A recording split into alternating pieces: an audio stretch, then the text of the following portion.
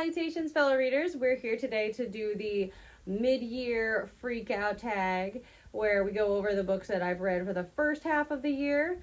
I read 76 books so far in 2025.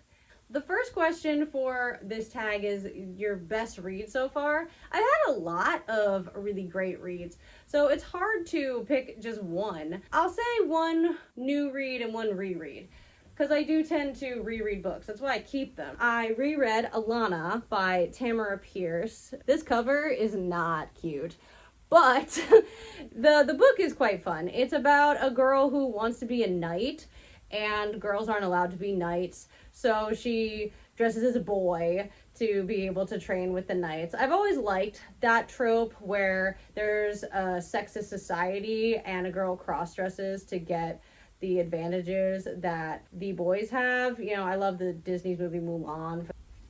The best new read for this year is My Fair Brady by Brian Kennedy. It's a young adult gay romance about a popular theater kid who's tutoring a more awkward boy in social advice.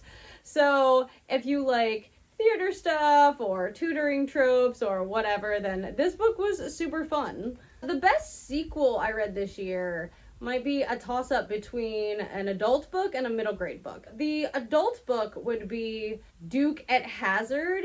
It's the second book in the Gentleman of Uncertain Fortune series by K.J. Charles.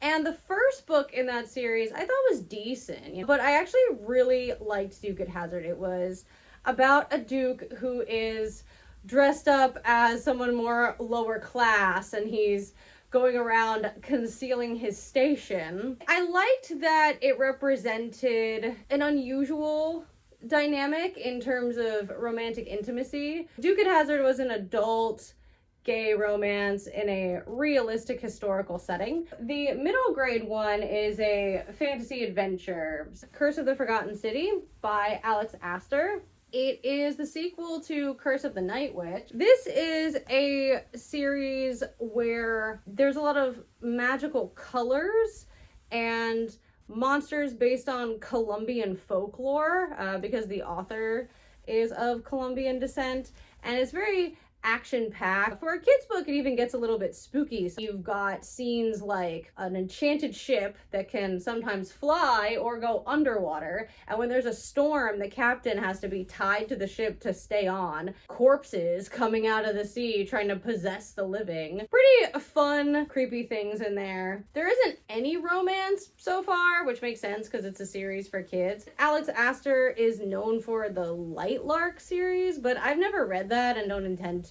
That middle grade adventure series is super fun, regardless of what you think of Lightlark. My anticipated releases for the second half of the year include Court of the Dead by Riordan. It's the sequel to The Sun and the Star. So it'll be about Nico, who is my favorite character in Rick Riordan's universe. I'm also looking forward to Entanglement of Rival Wizards by Sara, Raasch. It's just gonna be set in a magical school, gonna be enemies to lovers, it's gonna be queer. Definitely my kind of thing. I do prefer friends to lovers, but enemies to lovers is still fun. I think that I'm going to enjoy that. I've never read a book by that author before, and I'm always happy to give new authors a chance. My biggest disappointment of this year was Wrath of the Triple Goddess by Rick Riordan, sequel to Chalice of the Gods. Now, Chalice of the Gods was pretty fun. The problem with Wrath of the Triple Goddess was that it contradicts pre-established canon in a lot of ways. Like, it says that Leo is tutoring Percy in Spanish, but we know from previous books in the whole Greek saga that at that point in the story, Leo is lost at sea. It says that Clovis is a son of Morpheus. We already know Clovis is a son of Hypnos. It also depicts Percy as being too stupid to do things without Annabeth, but we already know Percy's really resourceful. I love Rick Riordan's books. Obviously, that's one of my anticipated releases for later this year, so I'm not going to stop reading his work because of this, but I think there were a lot of things that went wrong. One thing is that Rick Riordan was trying to do too many projects at once. He was writing Court of the Dead and helping with season 2 of the Percy Jackson show. And then he was writing Wrath of the Triple Goddess. It was too many projects. It was very rushed. And that shows. People on his editing team should have caught things like that when they were reading it. But it was almost like Disney Hyperion, the publisher, didn't care because they're like, well, it's gonna sell anyway. I'm really hopeful that Court of the Dead doesn't do that because it is co-authored. My biggest surprise of the year, Princess Floralinda and the 40 Flight Tower.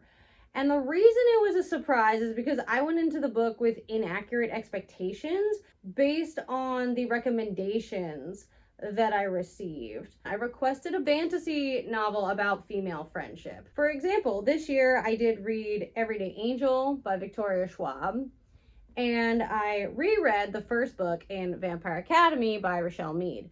Both of these books are fantasies where the most important relationship in the story is a female friendship. And I wanted other books that were like that. So I requested that in my Discord server. One of the recommendations that I received was Princess Floralinda. While it does focus on female characters, it's not a healthy relationship, which I didn't specify that I wanted it to be a healthy friendship. So I guess that was my bad and I should have been more specific. So if I'd known what it was going into it, I would have enjoyed it more. It's not that I didn't like it, but I thought it was going to be a comedic fantasy about female friendship. And what it is it's more like a satirical princess going through a corruption arc. And I do love both a redemption and a corruption arc. This princess is imprisoned in a tower by a witch, and there's monsters on every floor. And a prince is supposed to save her, right? But princes die trying, and then people give up and they stop trying. So she has to fight her way out, like fight her way down through the monsters to get out. And the main relationship is between Floralinda and this fairy. But due to forced proximity and captivity and stuff, it's not really a healthy relationship. Think like Beauty and the Beast. You can't really have a healthy relationship with that kind of dynamic. And since I didn't know it was going to be a toxic relationship, and I didn't know it was going to be a corruption arc where the princess kind of has to become monstrous herself to defeat all the monsters, I did think the book was good and I would recommend it, but I didn't enjoy it as much as I would have if I hadn't been surprised that it didn't meet the expectations that I had going into the book. The next question is a new favorite author. I have very specific criteria as to what makes somebody a favorite author, so I wouldn't say that there's any people who've broken into that this year so far, but there are some authors I definitely intend to read more from. Chris Gravenstein, who wrote the Mr. Limoncello series. This series is so much fun. It's definitely designed for somebody like me. It has a lot of puns and just other wordplay. It has puzzles and lots of allusions to other literary works and board games. Honestly, all the adults in my life are grateful that the Limoncello books were not out when I was a kid, because I love them so much as an adult that if they'd been out when I was a child, nobody would have been able to tolerate being around me. This author does have other series, so I'm certainly going to check those out. Next question is newest fictional crush. Definitely none of those. We don't have to mention the million words of fan fiction that I've read about Angel Dust for Has Been Hotel. Although I did thrift this dress because I figured it was something he would wear, and I hope to just have an eighth of Angel Dust confidence, even though I know it's a facade that he puts on.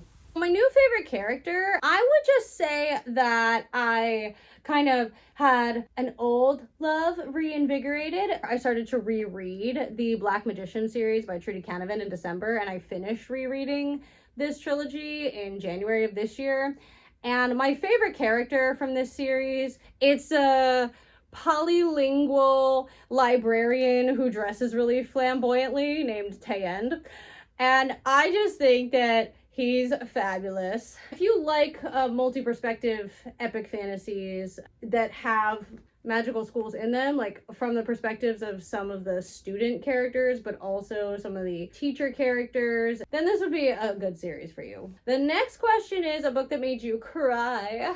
I don't really cry at books. Music tends to move me to tears. So therefore, I don't have a book that made me cry, but I will say a book that made me very moved emotionally was The Oldest Student, How Mary Walker Learned to Read. Hubbard is the author and Mora is the illustrator. It's a biography written for children about a woman who was born into slavery and freed with the Emancipation Proclamation. She never had the opportunity to learn to read until she was 114 years old, and her spouse and children had passed away. She died at the age of 121, and I thought that was really, really inspiring as a teacher, you know, to be able to share that kind of story with my students, that you're never too old to learn to do something.